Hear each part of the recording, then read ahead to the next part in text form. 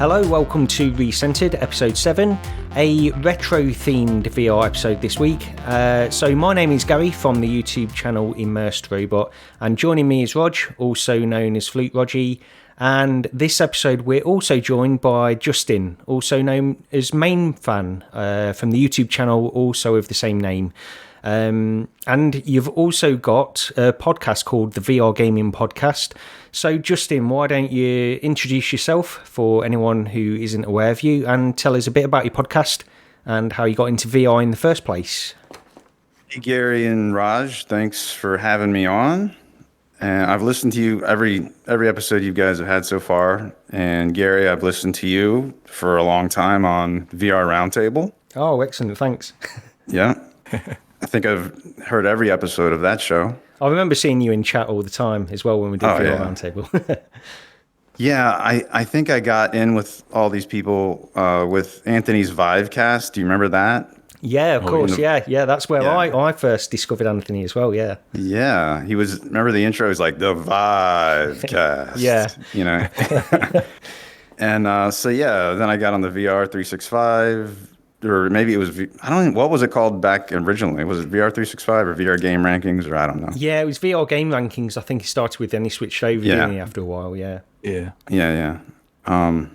So, that's how I got involved, and I've talked to Raj for years, probably too, through Discords. Yeah, I mean, it literally has been years, and we've never actually spoken before, I don't think. Yeah. And the first time I heard your voice, I was like, wow, this guy should have been doing podcasts a long time ago. I still can't stand the sound of my own voice. I don't listen back to these at all. Yeah, I mean, you have a great voice. So, I mean, really, everybody has said that. So. Yeah, you get that a lot. I've seen a few people say that, Rog, actually, yeah. I don't know. I think they just must be totally loopy. Yeah, maybe so. So, am I talking about VR history here, or like my own history? Or? Yeah, I mean, I tell you what, if you want to start with the podcast first, if you want to start with the VR Gaming Podcast, and then we can get on to how you got into it. All right, well, so Nick Lane started VR Gaming Podcast, and I just started commenting because he was occasionally doing streams on Twitch or doing YouTube videos of his VR gameplay, and I started commenting. And then he asked me one day, hey, do you want to join the podcast? And I said, all right. So I joined and started doing it with him. And recently he had to quit because he has got a new job where he's traveling all the time and he doesn't have time. And he's more focused on pinball. Yeah. So I took over the podcast, and then I asked Alex, who's also Virtual Insider on YouTube. I asked him to join me, and he said, yeah. And what's funny is he and I started a podcast together years ago, and then we asked two guys to join us, Wes and Roots. Yep. And we started Virtual Strangers. And then Alex and I quit. Like, I didn't have time. I think he didn't have time either. And now Wes and Roots are still running Virtual Strangers. Yeah, of course. Yeah, I watch that all the time as well, yeah. Yeah. And I don't know, I've been doing VR since 2014. I started with the DK2, and then I got the Gear VR Innovator Edition, then I got the CV1 and the Vive, and I kept going and going. I don't know how much you want me to tell you. Yeah, go ahead, however much you want, really. Yeah, because I know you had the Vive. Did you ever get the Rift CV1? Yeah. So I pre-ordered both the Vive and the CV1, and the Vive came first, and it had motion controls, which obviously the CV1 didn't originally. So I didn't even open my CV1. I just said, all right, I'm selling this thing. So I didn't get a CV1 again until they discounted it, and it came with the motion controls. Yeah, that was Summer of Rift, wasn't it? That was, I think. Yeah, Summer of Rift. That's when I got mine as well, exactly the same time. Yeah, I had been having issues with Revive sometimes, not working well with some games, because I was buying all the Oculus exclusives because they had some great exclusives, but I don't know about you, but sometimes Revive was just a pain in the ass to use, or the controls wouldn't map correctly. Yeah, I agree. Yeah, I think once you try it with the touch controllers, that made all the difference, really. Yeah, so I got the CV1 so I could play all those exclusives without having to mess with Revive. And then I got the PlayStation VR because of Resident Evil 7 and Wipeout a Mega Collection. And I think Moss had come out around then too. So I wanted to play all those games. Then I got an Odyssey Plus, which I immediately returned because I thought it was so uncomfortable. Same here. Oh, yeah, same thing. Oh, okay. Yeah, I couldn't stand it. It just didn't fit me at all. And trying to get glasses into the thing was an absolute nightmare for me. Yeah, I bet back then you and I are probably two guys complaining a lot on Discords about it. Quite probably. Probably. Then I got the Pimax 5K Plus, and I mean, it was okay, but it was a pain in the ass to use, that Pi tool. Yeah. And it just wasn't very reliable. And like, it was like, okay, I thought the field of view was going to wow me, but it really didn't. Yeah. But there was distortion on the edges, like everybody says. Yeah, well, I tried the 5K Plus. Somebody let me loan it for a while, and I felt the same as you. When I tried that, like the distortion was just too much for me, and I couldn't find a way to get rid of it at all. And I think that they've improved over time with that. When I tried the 8KX, it was definitely I could still see the distortion, but it didn't bother me anywhere close to when I first tried that Pimax, and that just sort of ruined it for me, that 5K Plus. Okay. Yeah, I've been curious about trying a newer one, but I don't know, because I tried to return that 5K Plus and Pimax wouldn't let me. They were like, "No, sorry, you're on your own." Oh, and I was still, I didn't even have it for very long. I was still within, a traditional return window, so I had to sell it. Then I got the Valve Index, which I'm still using. That's still my favorite headset. I'm in it right now as we record this because I like, the microphone, of course. Then I got the Rift S. And once I did an A to B comparison between the Rift S and the CV1, I decided to sell my CV1 because I thought the Rift S's screen looked so much better because it's an RGB stripe versus the Rift S's pen tile. Absolutely. I know a lot of people still prefer the CV1 simply because of the OLED, but after after I got over the shock of the Rift S and the and the LCD screen. LCD screen, LED screen. Oh, I'm getting my LEDs mixed up. It's LCD. Yeah. LCD. Oh, man. Age. Terrible. Once I'd got used to that, it was like going back to the CV1 was just immediate screen door effect for me. And it's like, I just can't use this anymore. Yeah, it's so much better. And I don't care about the OLED thing. Like, I'd much rather have the RGB stripe. It looks so much better than pen tile. Yeah. I won't ever get another. I don't even know if they'll even release another pen tile headset. I don't know who would at this point. Yeah. So I still have the Rift S because next I bought a Quest 1, and it was the biggest thing for me in VR is comfort, and that thing just is not comfortable. No, it's not. It's too front heavy, and my forehead would have a red mark on it whenever I used it. So I ended up selling it to a friend, and I don't know if he is still using it. Is he still your friend? Actually, we don't even talk much anymore, so maybe that's why. Then I got the Quest 2, which was better as far as comfort, because I got the Elite battery strap for that. Yeah. And it was better than the Quest, but I still thought my Index and Rift S felt better than the Quest 2. And like comfort's so big for me, I was like, I don't know about this. And then one of the audio on, I think, the left wasn't working. And so I sent it back to Oculus, and I thought they were just going to repair it. And they sent me back a brand new one, still sealed. And then I was like, all right, what am I going to do here? Do I just sell this? So that's what I ended up doing.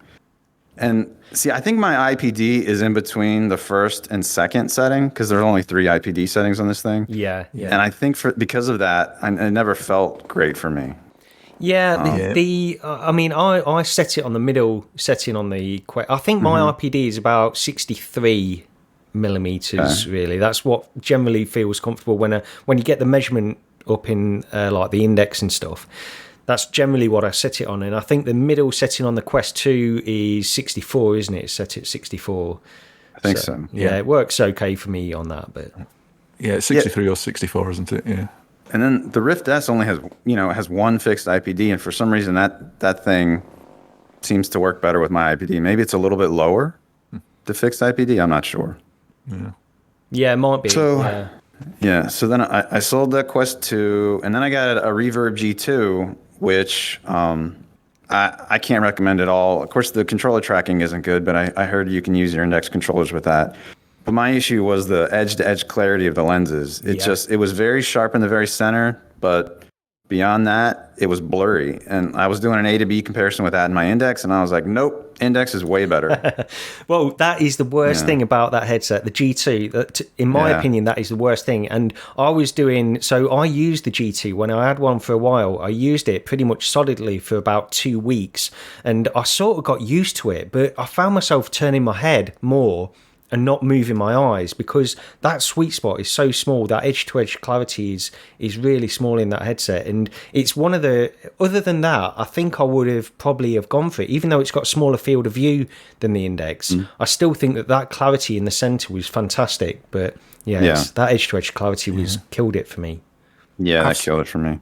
I've still never tried one. I had one on pre-order, which would have been I'd have got one on launch day. But it got closer and closer and closer, and I ended up cancelling it. So I will say when you go back to the Index though, the resolution, you do miss that resolution in the middle. I did, at least, anyway. Mm-hmm. I'm so used to Index now that I don't even know what I'm missing. I think. Yeah. And you were talking about selling your Index, even though you said it's your favorite headset, right? Yeah, only because it's still. It's not come down in price or anything like that, and I'm thinking it's the 3-year-old headset. If I don't sell it now, when will I? And I want to get a PlayStation VR 2, but I don't really know if there's going to be enough for me to play on that when I first get it, if I was to get it at launch or pre-order it or anything. So yeah, I'm still up in the air whether I want to actually sell it or not, to be honest. Okay. Yeah, I'm gonna wait on PSVR 2 because there just aren't enough games for me, and I don't have a PS5. Yeah, same here. That's the thing. It's £1,000. It's too. It's a big unless you're already in that ecosystem, it's a big outlay. But saying that, Index $1,000, and you still need a PC. Yes. Yeah. I mean, Sorry, go ahead. Yeah, I was just going to make another point about Index again, but I've done it today. Yeah, that's it as far as my headset history. That's all. Okay, yeah. Excellent. So, yeah, that gives you a bit of background. So, I would recommend actually checking out the VR Gaming podcast. I've listened to pretty much every...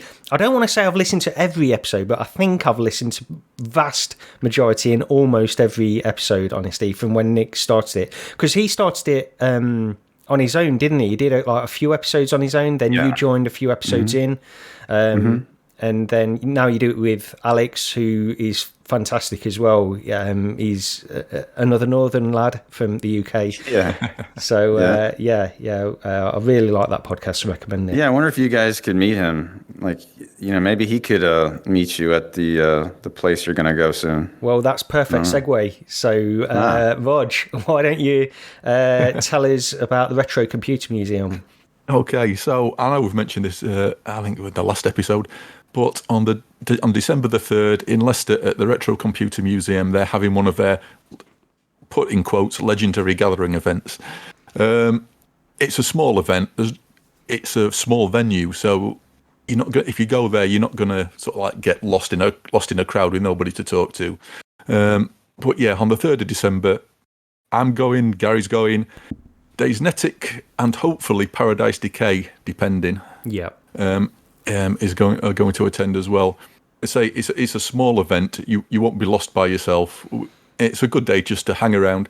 We just spend a load of time chatting about VR, beating Gary at Dactyl Nightmare, and then there's loads of retro consoles and old computers to play on as well. So yeah, it's just a nice and friendly day out. It's well worth attending. Tickets are £12. They're still on sale.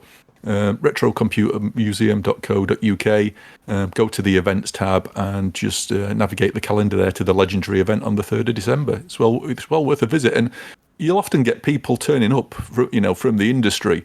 I think we've met David Pleasant-Sayre, used to be the MD of Commodore UK. Yep.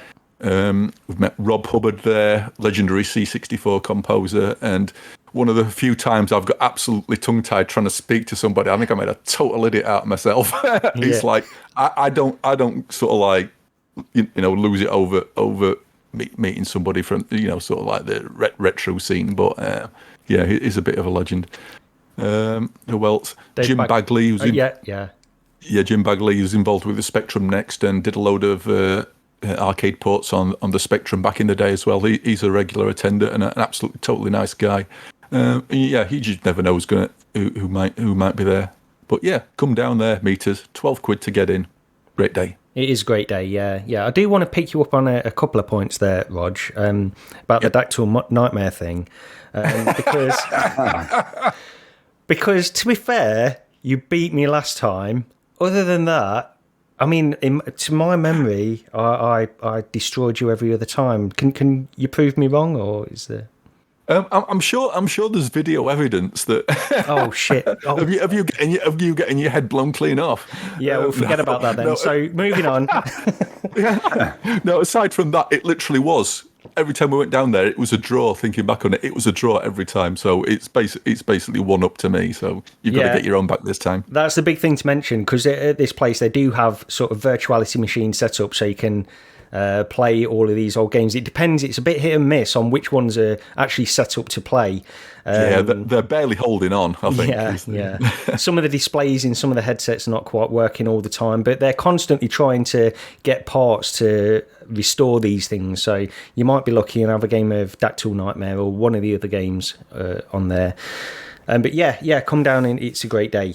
And on that subject, we've got a retro-themed episode this week, so we're going to be going through a few sort of retro VR stuff. It's a bit of a mishmash of different kinds of content here that we've got here on this list, but we wanted to do this, and Rog and I, from the very inception of doing this podcast, we always wanted to do an episode like this, so it seemed great to get Mame-Fan on, who, and I don't think we've really mentioned this too much, but your YouTube channel, you go into you've got an arcade, like a Mame arcade set up, and you go through a lot of arcade games on that, don't you, Justin?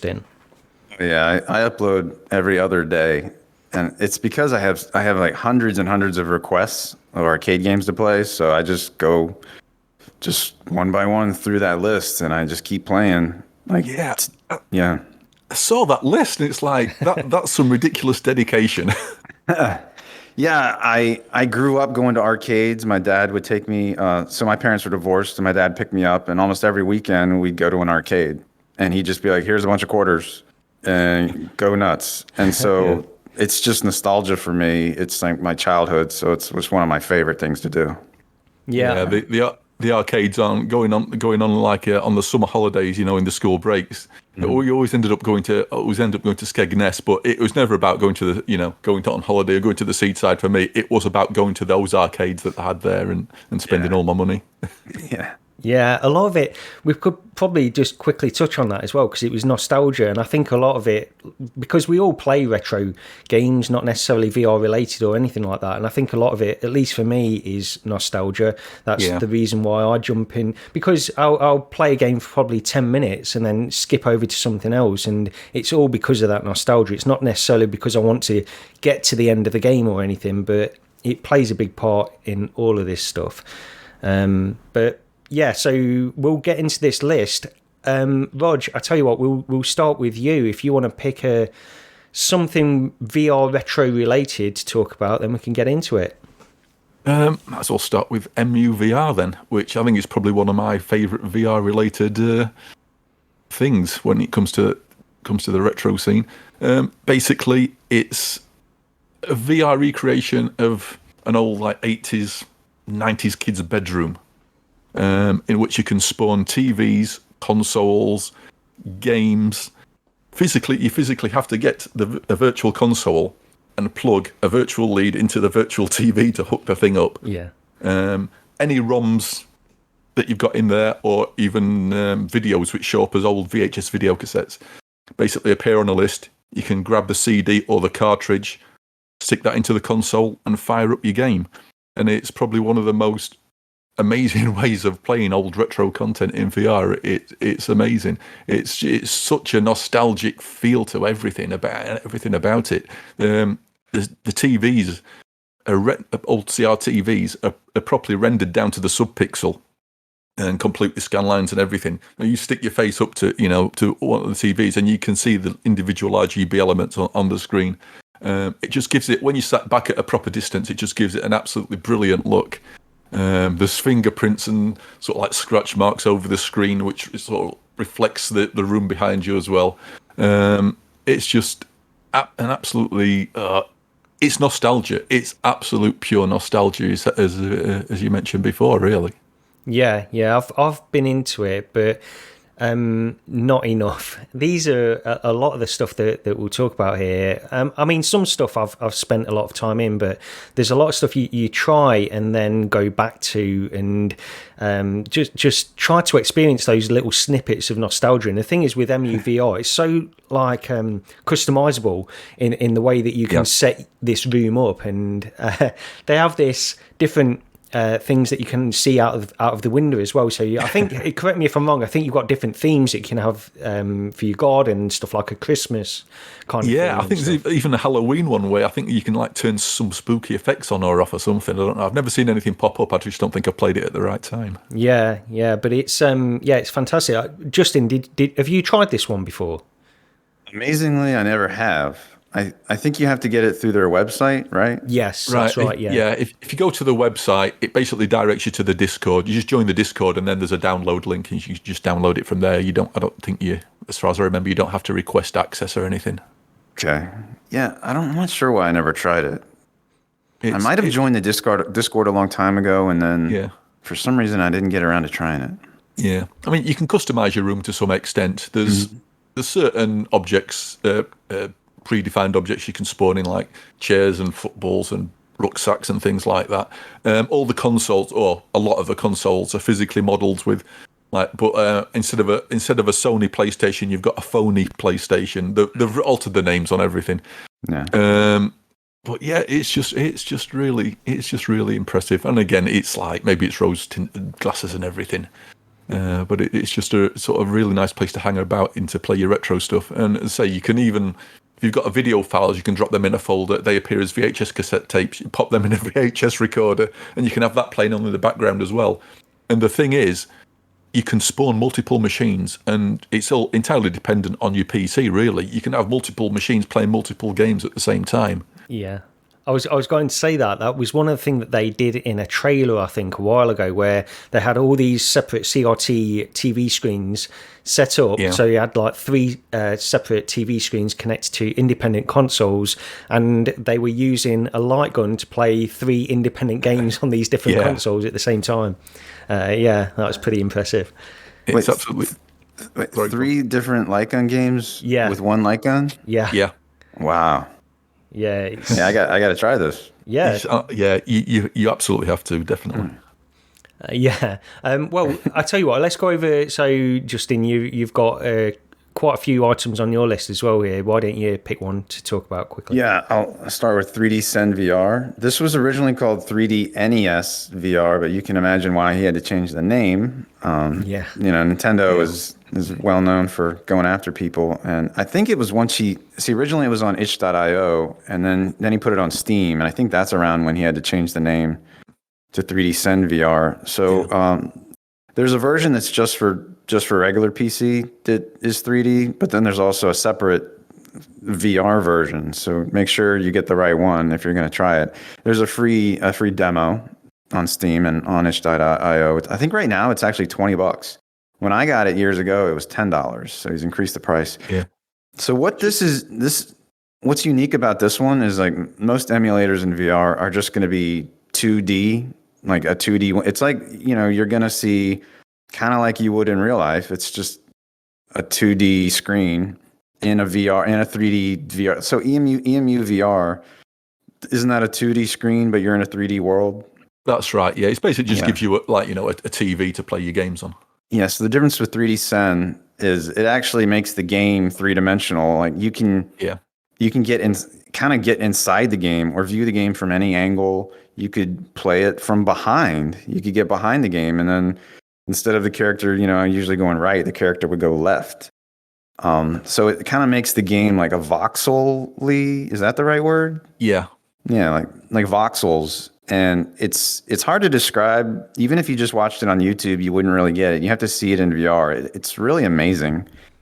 to play these games. Like there's a supported list of games, so you can't just do this with any NES game because for this to work, the creator of 3D Send VR had to create these separate like 3DN files that define which elements of the foreground that come forward and which are the background which go backward. Because I tried this before on some games that weren't supported, and it like Bionic Commando, and that looked horrible. Yeah. So I don't know if you want me to read a list of the games that are supported. It's too many, actually. The officially supported, there's 84 officially supported NES games. So all the big ones are included. All the Mario games and Zeldas and stuff. Actually, on this, I'm not seeing.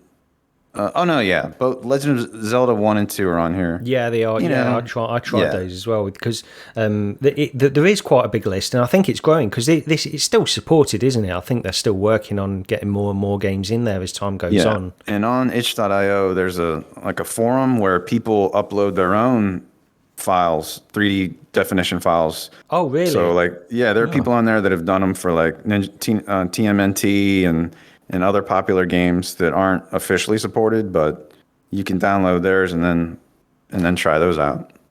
And you can download those for free. Yeah. Nice. Mm-hmm.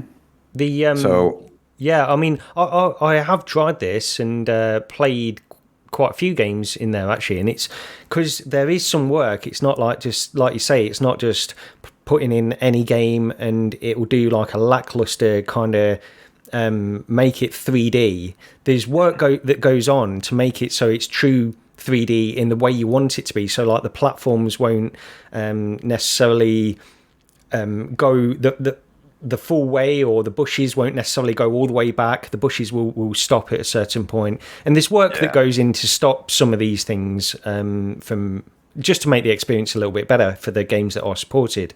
But yeah, I mean, what the thing that gets me with this is, like you mentioned, Justin, when you see it on a YouTube video or something like that, you think, okay, that's cool. But as soon as you see it in the headset, more than pretty much anything else that I think I've tried, it makes a bigger impact in the headset than it does when just watching a video of it, because you don't understand how great it is to play these games with that level of 3D depth, and that it all works in the right way as well. I think it's a big deal. Definitely. I loaded it up right before we started recording to remind myself, because I haven't played it in a while. So I loaded up Contra and DuckTales and Ghosts and Goblins, and I out loud said, "Wow!" again, because I forgot. Like, I was really impressed by I think Ghosts and Goblins, because that's one I love those games, Ghouls and Ghosts and Goblins. Yeah, and I was just like, wow, I need to try to do. That's a really hard game, but I was like, I need to try to do a playthrough of this. The Ghosts and Goblins games were absolutely shockingly difficult. So hard. I never had a Nintendo or a NES or a SNES, but I remember playing Ghosts and Goblins on my mate's Super Nintendo, and man, that was just absolutely rock hard solid. And apparently, once you got to the end of it, to finish it properly, I think on the SNES, you had to actually go through it again. Yep. Yeah, they're all like that. Even on Genesis, you have to go all the way through it again, and you have to have a specific weapon. Beat the game with a specific weapon, or else they'll make you go back and do it again. It's like getting to the end once is an achievement, never mind twice. Yeah, I don't know if I've even got through the first level of that game, to be honest. It's just worth pointing out, at the time we're recording this podcast, 3D Send VR is 58% off on Humble Bundle. Oh, pick it up. £7.40 in the UK. Nice. Yeah.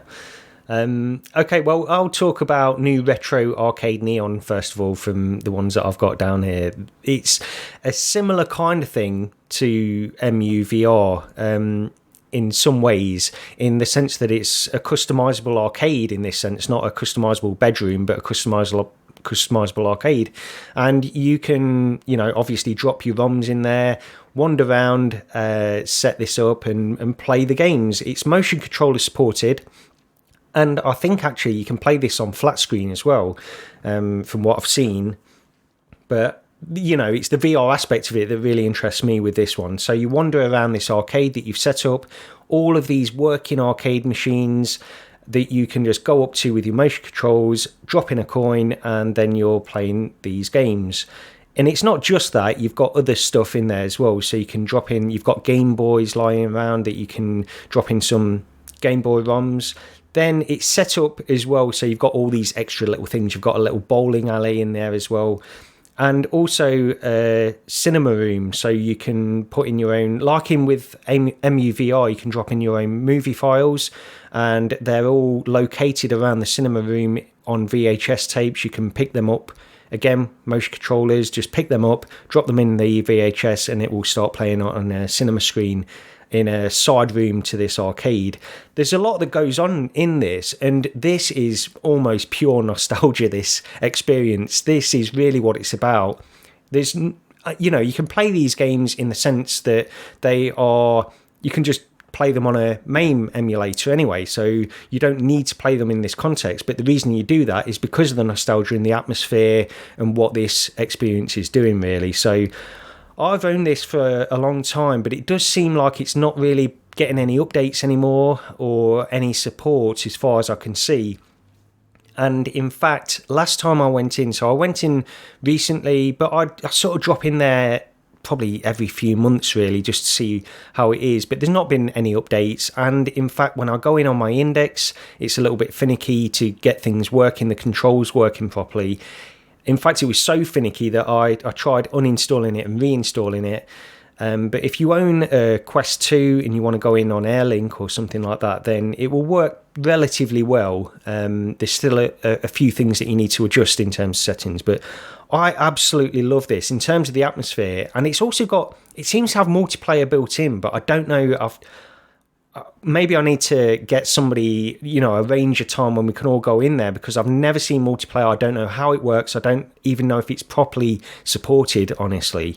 But I don't know if any of you guys have played this in VR. I did back on the CV1, I think.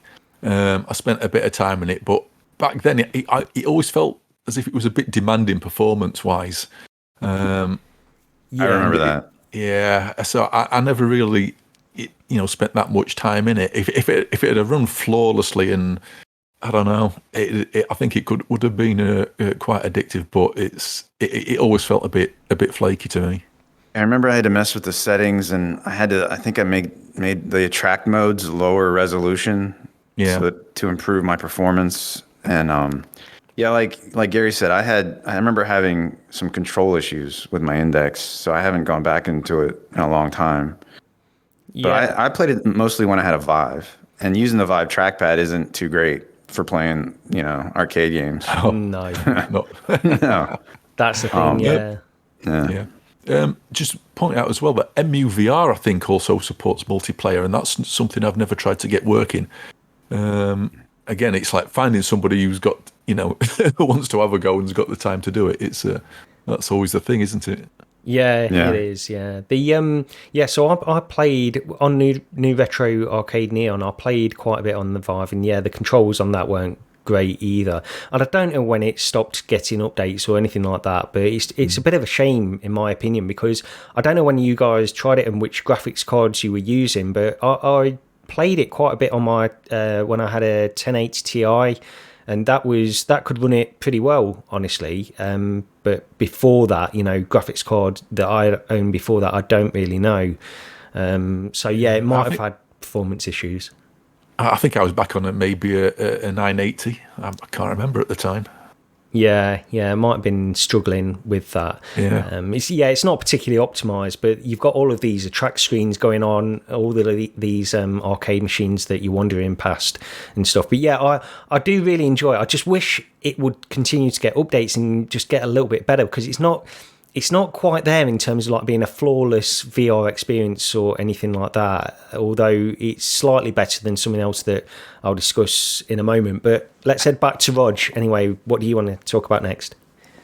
I'll go in for the games I've mentioned several times before, because they are some favourites of mine, which is basically 1976 and 2076, both side-scrolling, well, actually not side-scrolling, 1976 back to Midway. It's a vertical scrolling shoot 'em up based on basically the 1942, 1943 arcade games. and the sequel as well, which is sort of a sci-fi sideways scroller, which has got elements of Gradius or Nemesis, depending on what you want to call it, R-Type, all those sort of games.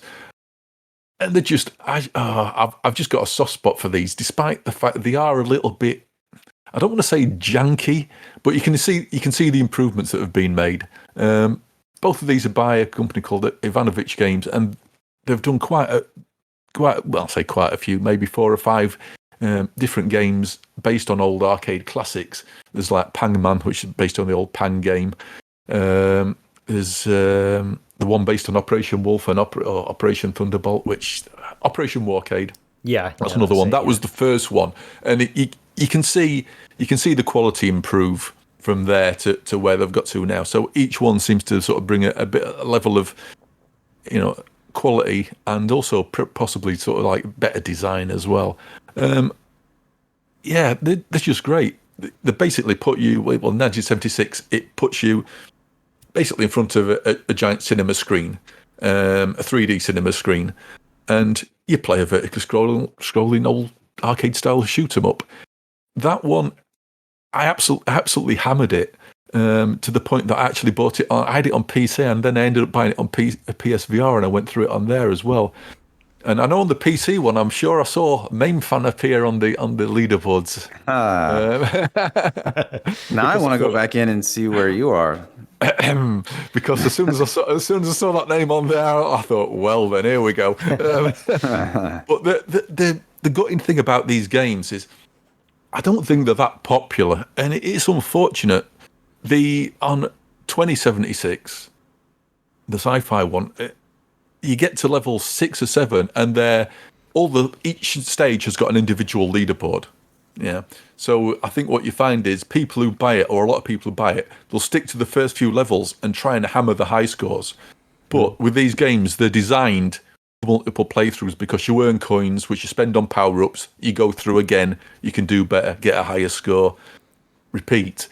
But people seem to stick to the first few levels and hammer the high scores on there. You get on 2076, you get to level 6 or 7, and there's maybe 4 or 5 people on the leaderboard for that, which is just such a crying shame. It's gutting to see, because if you're a retro fan and you love your old school, Gradius R-Type sort of style games, it's really good. And with 2076 as well, it doesn't just put it on a cinema screen. The cinema screen expands to sort of envelop you, so you're totally in that sort of side-scrolling world. There's references in there. There's bits which are blatantly out of Gradius. You get like a little Outrider thing, which is, obviously taken from R-Type. These are movie references. There's DeLoreans, and at one point you're trying to destroy the clock tower from Back to the Future. So there's all sorts of absolutely crazy stuff in the sequel. And they're about 15 or 16 quid each, and they often go on sale for half price. I've seen 1976 in a humble bundle multiple times now. So yeah, if you like your retro stuff, you've got to check them out, and get onto those high scores lists, because I need a challenge. Well, you've obviously played it, Justin, as well. So what do you think of these? Which ones have you played of these Ivanovic games? I've played all of them. Yeah. 1976, I went through the entire game, and I kept hammering the leaderboard to try to get my name up higher. 2076, though, I only played once because there were bugs.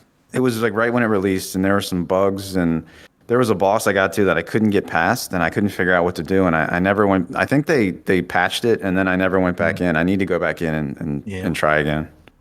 Yeah. It's so good. I love that game. It's really good. I'm repeating myself, but it is.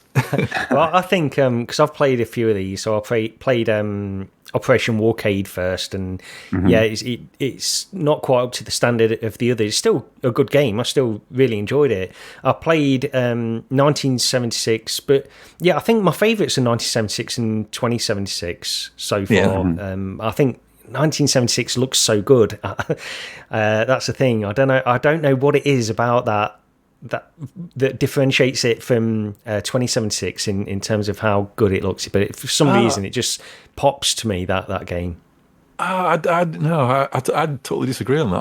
I think 2076 is the better looking game, and the 3D sections, because at points it sort of switches you into like a cockpit view, which if you don't like that, in 2076 they did a pure arcade mode which cuts that out if you don't like the in-cockpit sections. Yeah, that's good. Yeah. But it just controls so much better, and again, it's just like an evolution. You can see where they've improved over the previous title. I think that 1976, like the water and the islands, I think just looks great in that one. But yeah, I mean, I can take your point. I do think 2076 looks great as well.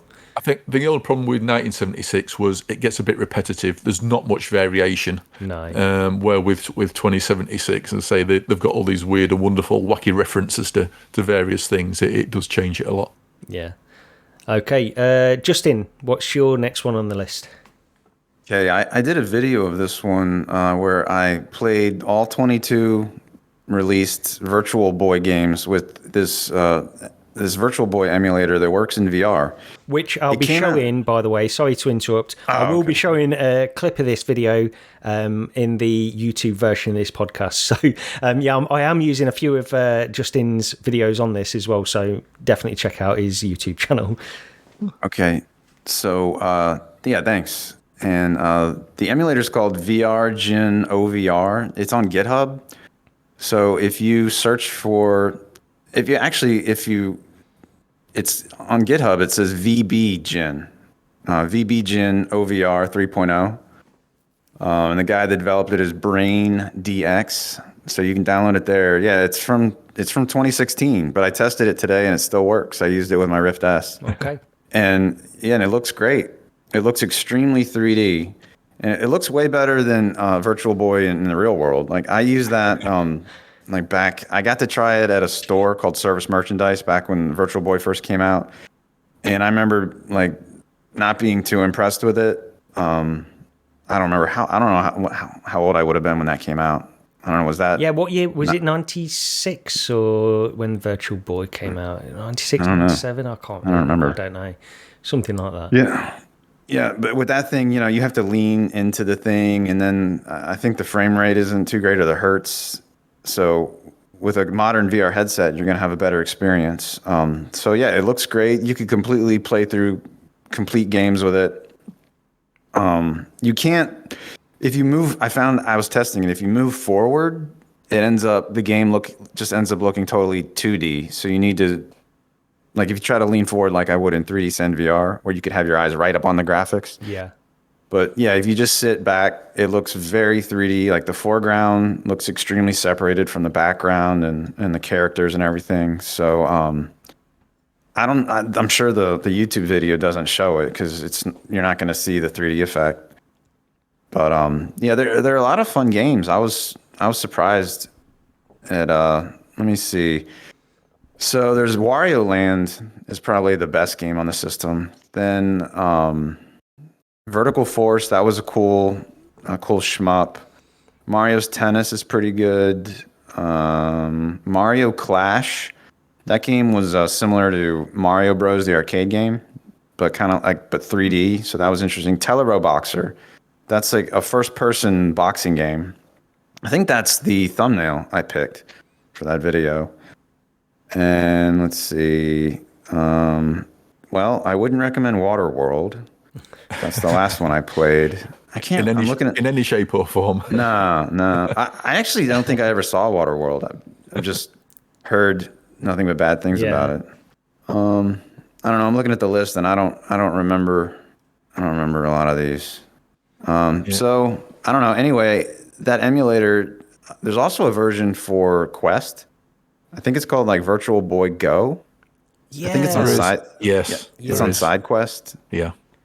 Yeah. Yeah. So I think I don't know if that's a newer version. Yeah, I was thinking, because when I was watching your video, I know I've tried a version of this, but I don't know if it was that one or maybe it was the SideQuest version then of this. Okay. But yeah, it's I'll put links to, or I'll try to put links to everything that we mentioned in this episode, by the way, for either in the audio podcast or on the YouTube video. But so you tried a Virtual Boy in real life then, Justin, when it came out? Yeah. I remember I played Mario Golf on it. I think that might have been the only game they had on it. And yeah, I was like, not sold. Not sold. But I remember the first time I tried a 3DS, I was immediately sold. I was like, I got to buy this thing immediately. Yeah. So that's how much better Nintendo's 3D tech got. Yeah.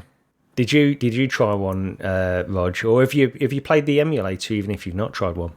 I tried the emulator back again. It must have been back on the Rift, briefly, but I honestly can't even remember what I tried. I've never been back to it. But yeah, 1995 when it came out. Oh, 95 was it? Wow. Yeah. There's a mode where you could make the screen fixed so that it follows wherever you look, and that I would not recommend using. Then there's the immersive mode where you can move your head around and you could like you would want to play. So the screen stays fixed to the background, and you can move your head to look around wherever you want. That's the way to play it. Okay, that's worth a look anyway, because it's like in terms of like retro. What people remember, it's sort of a novelty, isn't it? Like the Virtual Boy, people always remember it, but not many people tried it, and even if they did, they got headaches or something like that. It didn't seem to go down that well. I think the rendered reality one of them bought a real Virtual Boy. I think maybe Tyler. Yeah, right. Okay. Yeah, I think you might be right. Yeah. Did they make a video on that, or I don't remember. I don't think so. No, I don't. But yeah, I've got it in the back of my mind now that they had it, or maybe on one of their streams at one point, just sat there. I can't remember. It's not on their shelf, is it? On the back of when they do their podcast. It might be on their shelf. Thinking about it, maybe. Yeah, we'll have to check that out. There you go, a little Easter egg. Check that out, because it is a novelty and it's something that I've been into, but it's not something that I spent a lot of time in, honestly. But I think it just as part of retro history, it's interesting to try it. Just on the argument side of things, though, would you consider it a virtual reality device? Because I wouldn't. No, I wouldn't. No. It's a 3D game console. Yeah. I see people arguing about this, and it's in no way a VR system at all. No, I agree. We're all on the same side there. It doesn't even have head tracking. No, exactly. It rests on that. So, because I didn't realise this when I was a kid, when I saw this, I thought you did wear it on your head at least, but that's not even the case, is it? It just sort of rests on a tripod or something on the desk, and you just put your face into it. Yeah. No. Okay. Well, I'll talk about Dolphin VR. So, for anybody that doesn't know, Dolphin is an emulator, an ongoing emulator for GameCube and Wii titles for the PC. Dolphin VR, obviously, is to play all of those in a VR headset. And I didn't realise until I recently re-downloaded it last week in preparation for this show that it's not actually been updated since 2016, the VR version of this emulator, because I had this installed for a long time on my PC, but I had to do a reinstall of Windows a few months ago. And when I didn't, obviously I hadn't reinstalled it since then until last week or so. And when I went on, not updated since 2016, it sort of shows in some ways. It's a little bit finicky. So although I think it's definitely worth trying, and you can get some games working in VR, GameCube games, Wii games, pretty well. Almost, in fact, some of them will even work without changing anything straight off the bat, and you'll have a pretty good experience playing with just a gamepad and a VR headset. You're literally just playing these games in VR in the way that they were designed to be played, really. And some work really well. F-Zero is a great experience in this emulator, but some require a lot of tweaking, and some, there are some instructions within the settings and things like that to get some of the games working, and you will find some kind of experience in some of these games, but a lot of them that I've tried either simply won't work, or they require too much tweaking for me to really enjoy them, and even then they can be a little bit glitchy even if you do get them working. But again, to me, I consider Dolphin VR almost as like a novelty. It's something to re-experience all of these old games that you remember. And actually, Beardo Benjo does a few videos on these, and he goes through the steps to really get them working good. So you can see some of his videos and see them working in ideal situations, it seems. But for me, when I tried it recently, it was just a bit of there was too much tweaking involved for me to really enjoy it, other than, F-Zero and Wind Waker as well. Wind Waker you can get running relatively easy. You need to change a few settings, but you can get that running relatively easy as well. So this is something I just wanted to quickly mention. Dolphin VR is something I've only dabbled in. It's not something I've really got deep into. But yeah, I think I asked you guys before the show. I don't think either of you have jumped in too much to Dolphin VR, either, have you? No, I messed about with it briefly. I think when the VR implementation was first done. But yeah, it was flaky, and again, it's just something I've never been back to. And I've seen so many YouTubers that have shown like Mario Kart in VR with Dolphin VR, and I forward those videos to myself to later, like, hey, look into this. Yeah. You know, and then I never got around to it because I think I was just dreading messing with all the configuration. Yeah, it's like, I think Mario Kart you can get running pretty well. Mario Kart Wii. I saw somebody doing a video on that, and they said it only took them sort of 10 minutes to set that up. So I think you can get some good experiences in there, but it's there's a lot. I mean, if you look at the settings menu in this, there is so much to go through, and I think it's the difficulty is because it's not been updated in such a long time. Part of you sort of thinks, is this even possible to get working? And they're all rated. You can go through any ROMs that you drop in there. They will sort of rate and they'll say playable or and have different ratings like this. But it still seems like a mass of tweaking in some ways. Still worth looking into. It's free, and if you've got the ROMs, then you might as well give it a try. But it's to me, it's just a little bit too much tweaking to properly enjoy.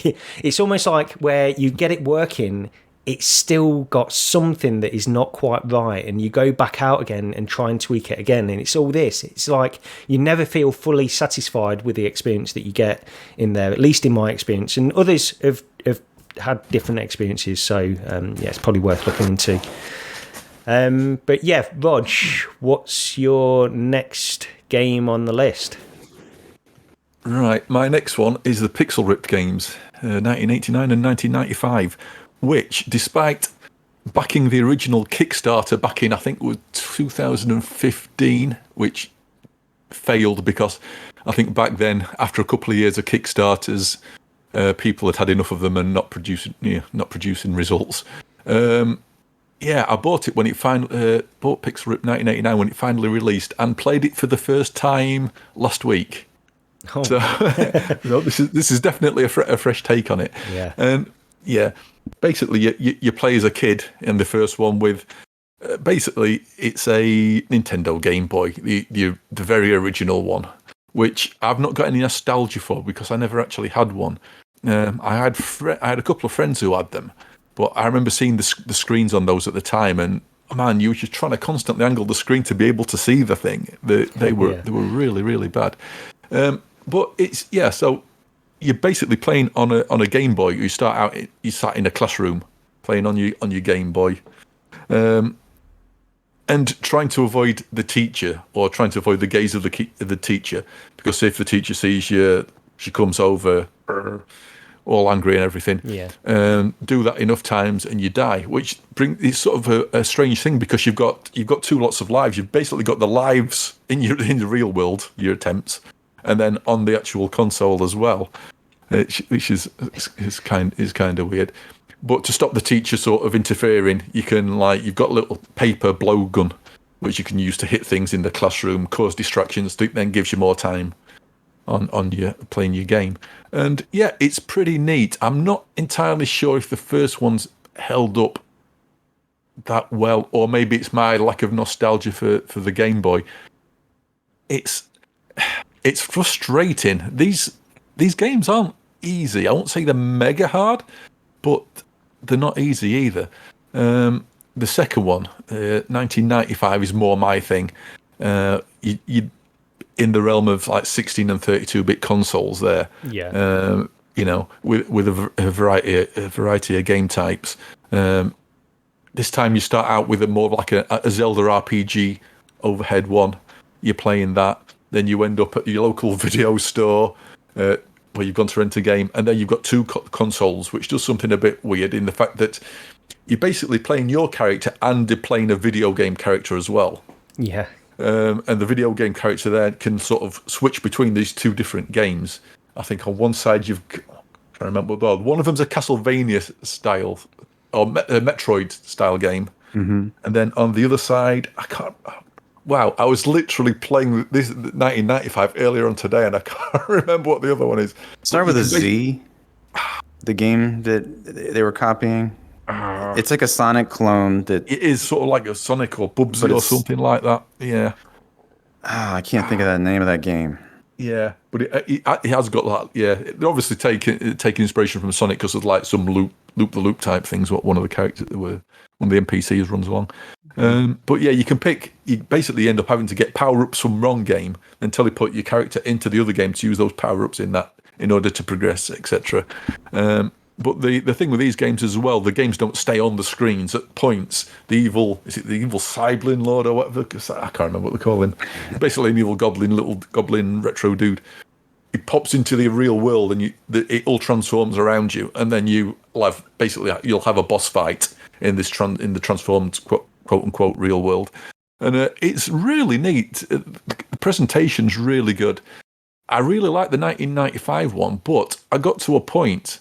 I think it's only level. I don't know how many levels. I think it's 5 or 6 levels, and it was on level 3. And on there, you're basically in your bedroom at night trying to play your game without waking your mum up. And it, unlike the other in some of the other scenes and in the other game, where you could create a distraction, and then you had time to look at the screen, play a bit, then create a distraction again.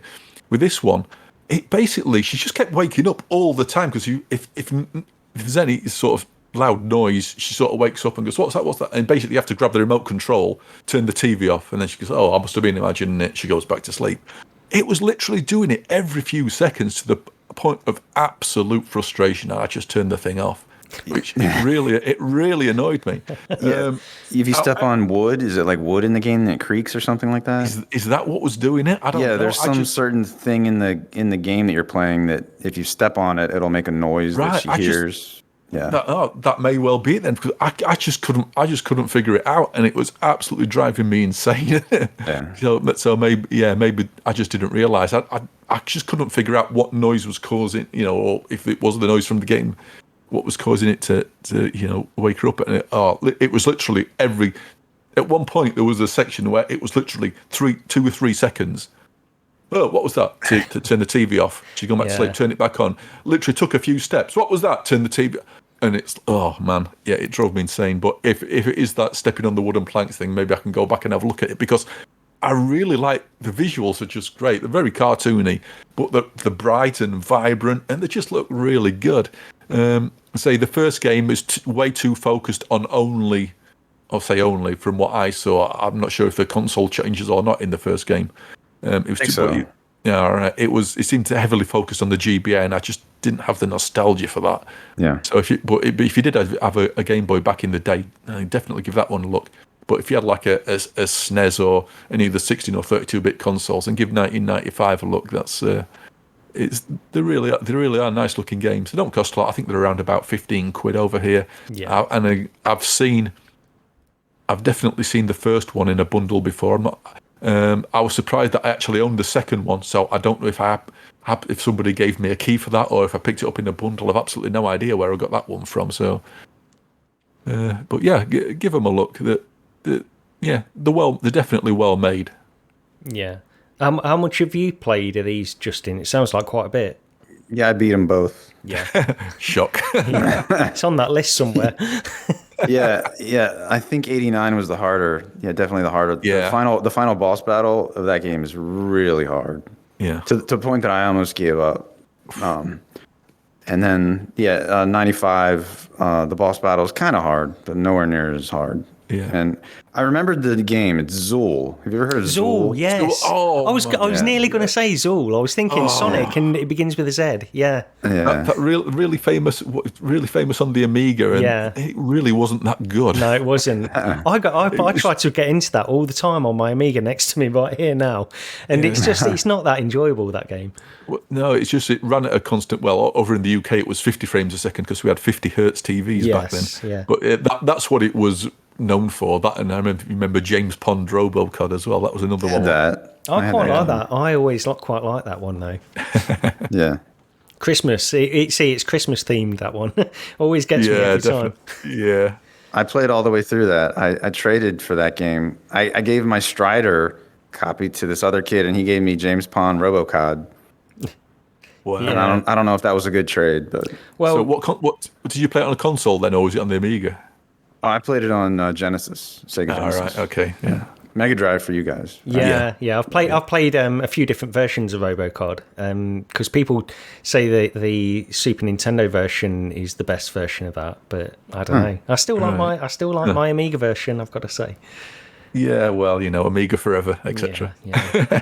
I'm very biased on that. Pixel Ripped, I played, I don't know if I ever finished the first one, probably not, if it was too hard. Honestly can't remember.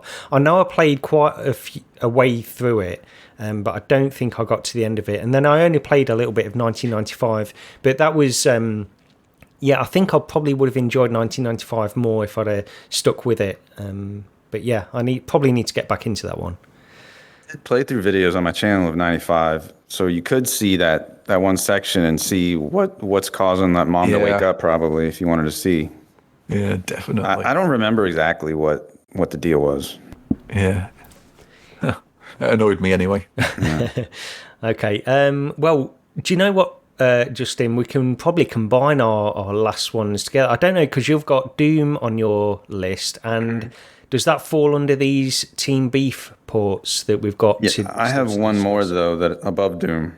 Oh, sorry, yeah, you've got... Yeah, sorry, go ahead for that one. Yeah, but definitely I was thinking about, we should combine Doom for sure. Yeah. Yeah, so I did a video. Okay, so the Game History Foundation, Video Game History Foundation. So if you went to gamehistory.org, if you search for SegaVR, they have this really long, really detailed story about SegaVR, which, I think that was announced back in 93 for Genesis. Yeah. And I remember being excited for it, and everyone's seen the pictures of that headset because it looks so cool, right? Yeah. Yeah, and of course it never came out, but somebody found the game ROMs or the source code, and they built ROMs of this game called Nuclear Rush, which was a prototype for that system. And maybe this game is why it never came out, because it only runs at 15 hertz. Oh, wow. And yeah, so it's pretty rough to play. But I mean, if you're used to VR, you should be able to handle it. So there's an emulator on my video. I have links in the description to the emulator and the ROMs. The emulator is called DGen SDL SegaVR, and it's on GitHub under this guy Dick Blackshack. I don't know if his real name is Rich Whitehouse, but he's the guy that figured this all out, made the emulator, and made the ROMs. And so you can get the Nuclear Rush ROMs there. And what you do is you just drag the ROM file onto the exe, and then it just runs. And I was playing it with my index, and I was using a gamepad. So it's just like Battlezone, basically. You're going around shooting tanks, but they're also flying enemies that kind of remind me of HKs, the Hunter Killers in Terminator. Yeah. And you have to go around and find these canisters. I guess they're gas canisters or something. I got pretty far. I got through multiple levels, and then I felt like, all right, I think I've had my fill. It's the game is the same thing every level. It's just the background changes, basically. But if you want to see what SegaVR might have been like, you could try it. It doesn't surround you 360 degrees or anything. You just see a window in front of you, but it does have head tracking. Unlike Virtual Boy, when you move if you look up, you just see the sky, and if you look to the right, you'll see what's to your right. But it's a fixed game window. Yeah. That moves with your head. Okay.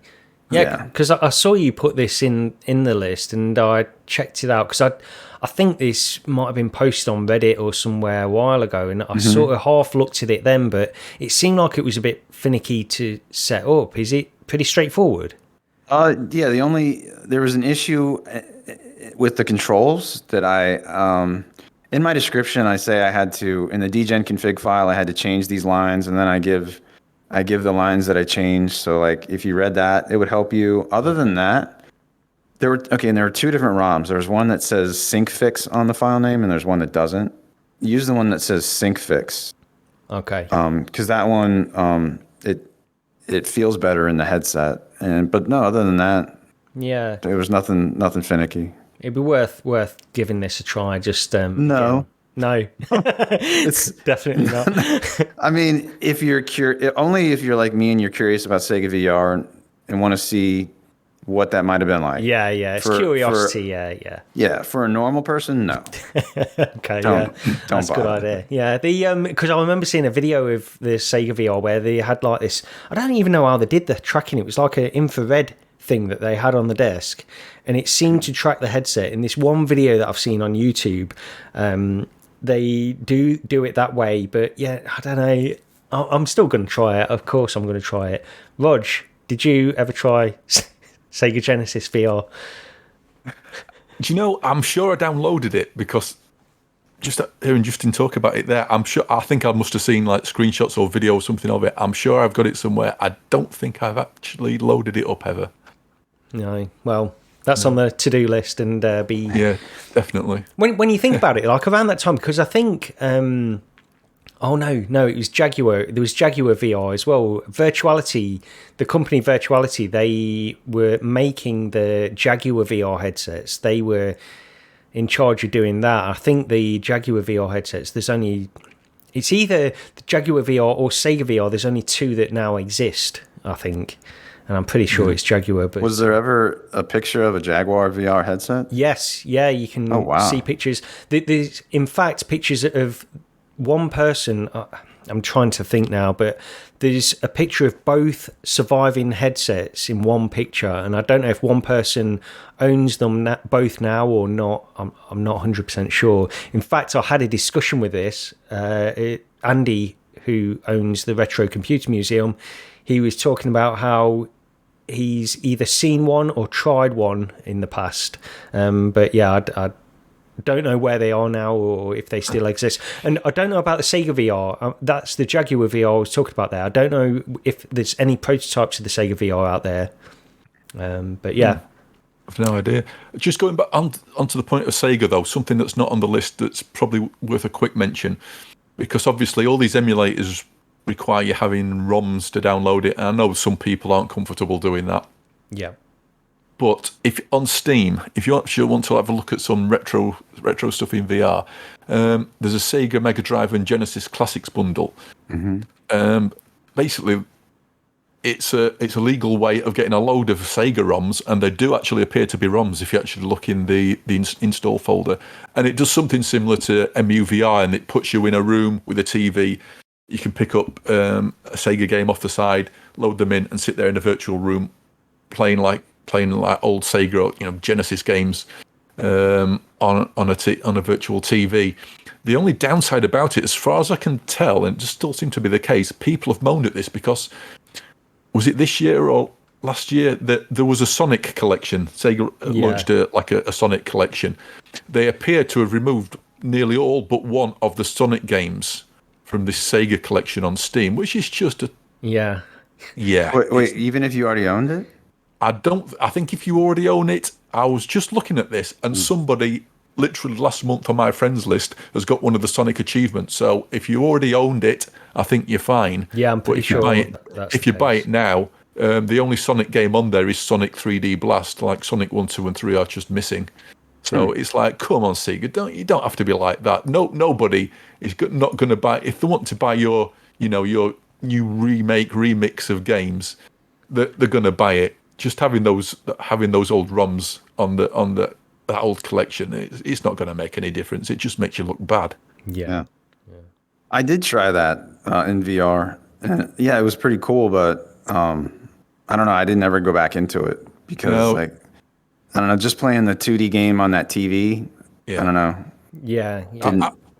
I think that's what's good about EmuVR, in the fact you can set everything up how you want it. Yeah, you're still playing it on a TV, but when I was playing it, there's an old TV show called Games Master in the UK, and basically I've got video files of those, and you can just have them as VHS tapes, and you can put them on another TV running in the background. So you've got the old Games Master TV show over there, and then on another side, as sad as it is, just for the total UK factor, I've got I've got a video of an old load of teletext running on another TV. Oh, right. Which, if people remember, CFAX, CFAX, yeah. In the UK, we've got that sat just running on another screen, and that just totally seals that late night gaming thing for me. Did you not have that in the US then, Justin? Like teletext or CFAX? Well, it won't be CFAX, I suppose. I don't even know what that means. It was like a mode that you could get where it would send this down the TV lines, but it was just like a very early, almost like an internet equivalent, but you had no control over it.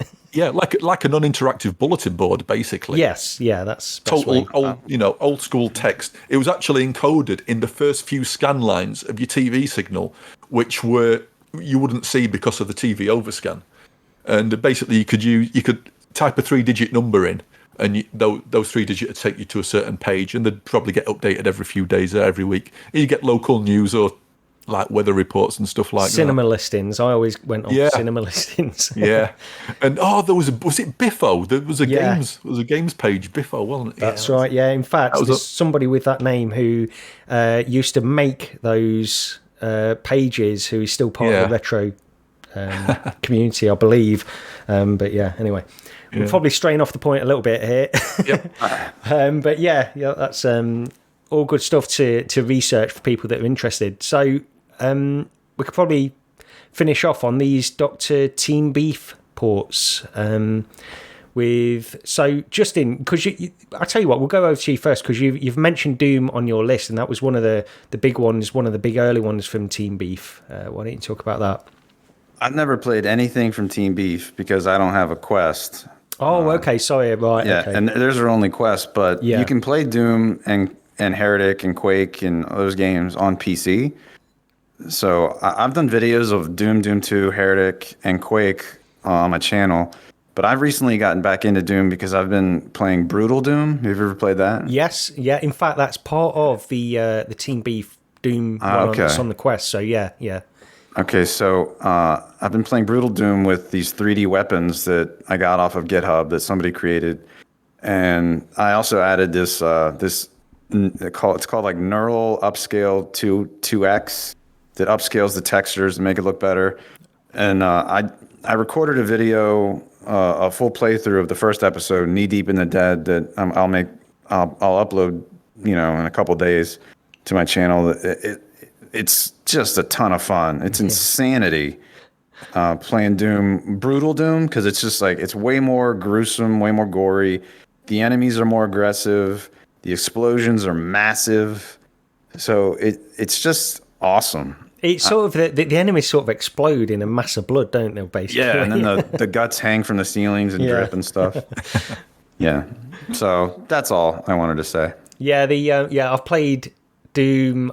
It's I can't even remember how it's termed on Quest. It's because it's GZ Doom. Yes, yeah, that's it. Yeah, but they implement Brutal Doom in that, which you can download because it's all free. It's all free mods, so they've just sort of implemented it in there that you can just download on the fly and play through them. Then you can. You've got these weapon packs that you can download as well. So you've got 3D weapon packs and stuff like that. But yeah, it's so good. One of the things like playing, so some of the games that Team Beef have done is Quake 1, 2, and 3, Doom 1 and Doom 3. Then they've done the Lander VR Half-Life mod for Quest as well. Return to Castle Wolfenstein. And they are currently working on a few, actually. If you go on their Patreon page, they're working on quite a couple of different titles, but the main one that I'm interested in and one that gets a lot of publicity at the moment is Jedi Knight 2 Jedi Outcast, which they're converting over to VR with full, they'll release it on side quests when it's actually finished. If you support them on Patreon, you can get an early access to this, like the in development versions of it. So they've done a lot of stuff on this. I think Dr. Beef initially started on his own, and it seems like Team Beef is Dr. Beef, and then a few other people that are helping him out making these. But these are so good value because you can pick up the games relatively low cost anyway. You just have to copy the files over to the Quest, and then the mods are free. Once they're released, they're free. To the best of my knowledge, I don't know if they're ever going to charge for them, but I believe that you can just get them off SideQuest for free. I probably need to research that, honestly, because I don't know if that's still the case or not. But I've tried quite a few of these. Quake 1 and 2 I've tried, Doom 1 and 3, the Lander Half-Life mod as well I've tried, and Return to Castle Wolfenstein. All fantastic. Performance is fantastic with these as well. And it's like, in some ways, they're not native VR games, of course. You've not got the same interactions that you would have in a native VR game. But for older titles ported to a standalone VR headset, these are outstanding. And yeah, you can trust anything that comes out of Team Beef. I think it's safe to say that you can trust you're going to enjoy, as long as you enjoy that kind of retro feel for them. Rog, which ones of these have you tried? I've only played a couple of them, Castle Wolfenstein and Quake 3. When the Wolfenstein one released, there was a lot of hype around it. I must admit, the port itself, the mod, is excellent. The only issue I have with these titles generally is the front end menus always seem a bit awkward, but once you're into the game, absolutely great. I don't think. Sorry. Sorry. I was just going to say, like, that menu. Yeah, it's a good point to bring up because it's almost like it is on like a flat plane, isn't it? It's sort of spreading out in front of you, I suppose. Yeah. And you just sort of want to use it as a laser pointer, but it sort of moves the mouse on there from what I remember. I don't know. It just felt a bit off, but once you're in the game, it works fine. I don't think Castle Wolfenstein's held up anywhere near as well as some people think it has. It's just, I found that one a bit boring, in all honesty. But Quake 3, oh man. Arena, it brought back a lot of memories. I don't generally play a lot of multiplayer sort of shooters online these days at all, and Arena was the last one I spent just hours and hours and hours in online. That was my thing back in the day. I loved that game, and this brought back a load of memories. Unfortunately, when I've tried it, there's never really many people on. I've managed a couple of times to get a game against 2 or 3 people. But that's it. There's not a lot. There doesn't seem to be a very large community, but it plays so well in VR. It really does, and it's again nostalgia overload. Yeah, I mean Doom 3 on that as well is pretty impressive on the Quest. When you're playing through that was one that stood out to me. I mean, I just like playing through the original Doom anyway with those 3D weapons and stuff. It's fantastic. Yeah. And Justin, on Doom, because he did do you remember years ago that Doom 3 BFG edition, there was a VR version that was released of that. I don't know if you saw that or not. Yeah, there were two different ones. I played that first one that came out, and then the fully possessed one came out. Like 2 different mod authors made them both. Yeah, because I'm pretty sure Dr. Beef did one of those. I don't know which one he did. I'm not 100% on that, but I'm pretty sure that's the case. But yeah, so you can play those as well on PC. But yeah, I think just having these available on standalone, it just makes it sort of adds value to the Quest. And you do wonder sometimes why because the only reason he's able to make these available in this way is simply because the code itself has been open sourced, apparently, so he has to select certain titles where the code has been open sourced. I don't know if that's still the case, but that used to be the case, so he was selecting titles based on that fact, and that's why we get a lot of Quake in the early days, Doom, because that was all open sourced. But yeah, I mean, fantastic. I absolutely love these, and I played through quite a way of Lander VR, the Half-Life one on the Quest, but not all the way through. And it does a a very good job, as you would expect. So I've definitely recommend people trying these. You can pick the games up for next to nothing on Steam anyway, and you just have to copy the file over to your Quest and you're ready to go, really. Some of these never came to PC VR, so I'm envious. Like Quake 3, we don't have. Return to Castle Wolfenstein, we don't have. And Jedi Knight 2, we don't have that either. I wonder why they don't do PC versions. No, strange. You'd think it'd be I would say it's easy to say you'd think it'd be a relatively simple thing, but you sort of kind of think it would. Yeah, maybe they're profiting from this, right? Well, they seem to my understanding, and what I need to look at, basically most of these have been given away for free anyway, but they do have a Patreon now, and to my understanding, you support them for early access to these mods, but once they're finished, they release them on SideQuest, and I need to check, actually, I don't know if you've got anything else you want to say, but I can research it quickly while we talk. There was something. Oh, well, for a while, you couldn't. Well, no, they did have a PC Half-Life mod a while ago, but now they have it officially on Steam. I played that recently.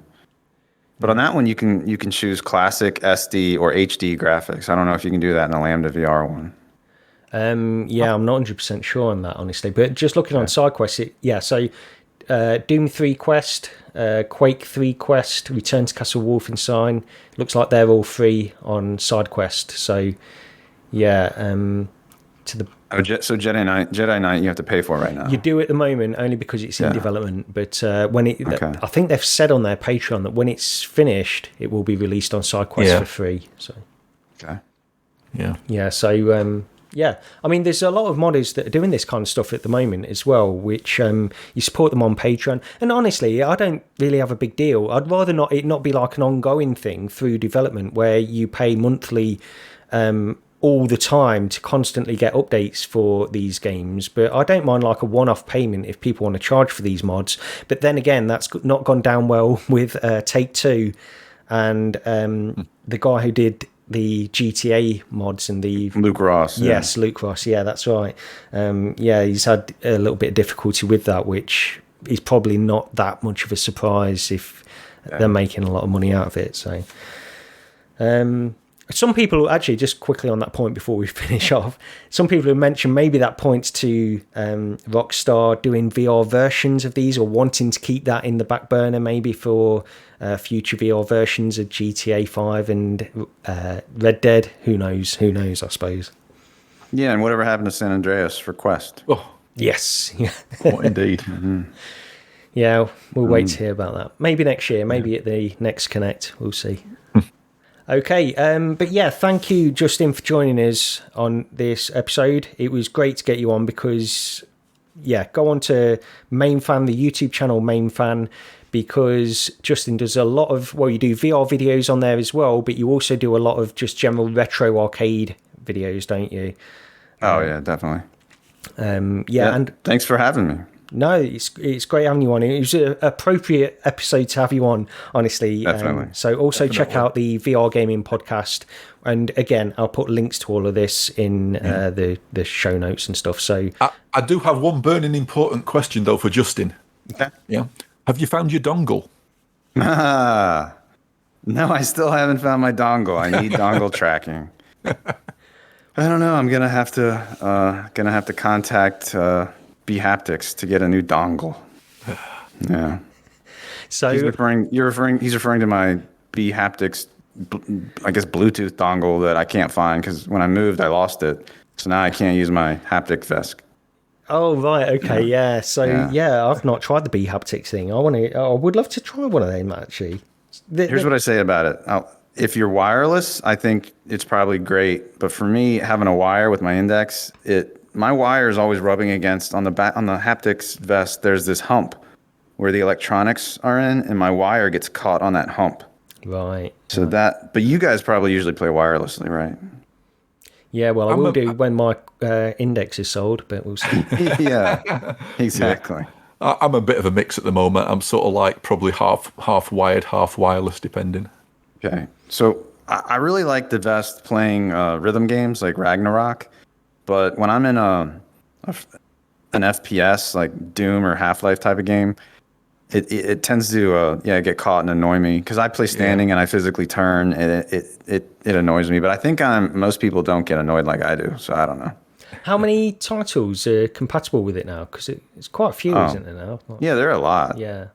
I haven't tested it with very many at all. I just tested it with a handful.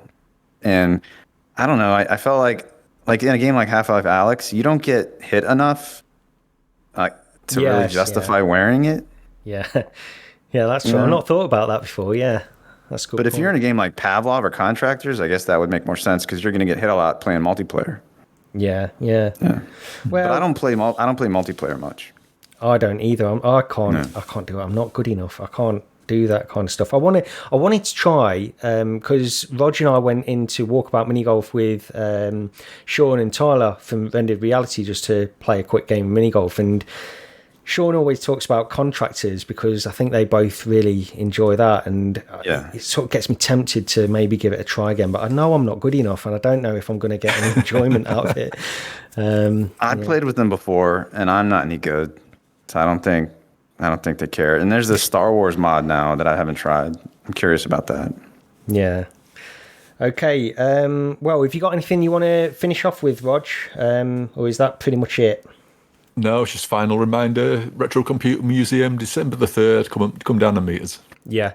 There'll be a lot of links in the description to this video and on the audio podcast as well. But make sure you check out that, again, Mame-Fan's channel, the VR Gaming Podcast, all that stuff. And actually, Alex's Virtual Insider YouTube channel as well. He's doing really well, isn't he, Justin? Oh, yeah. He does these videos where he narrates, and I guess he must plan a script. Yeah. And he picks a topic, and he must put a lot of time into that because they're really well done. Yeah. And he gets a ton of views. I really like the fact that it's all like opinion pieces, or not all of them, but he does these opinion pieces videos where he'll get into his own thoughts on certain topics as well, not just do he'll do like these lists of top 5 VR games and stuff like that, but then he'll have these other videos where he'll really dive into his own opinions on certain topics. So yeah, make sure you check that out as well. I will say though, the VR Gaming Podcast, what an annoyingly good and on the straight to the point name that is. We struggled like hell to find a name for this one. Yeah. I like the name you guys went with. That was Rog. Rog came up with that one. It was my last final attempt. It was either that or T and VR, the Brits Strike Back. That's funny. That's funny, but most people wouldn't get it, I guess. Yeah. Okay, well, we'll probably end it there then. But that was a little special bonus episode about retro VR stuff. We'll probably revisit this topic at some point in the future, and we'll revisit pretty much every single topic VR related at some point in the future as well. But thank you very much for listening and watching to this, and we'll see you next time. Cheers, everyone.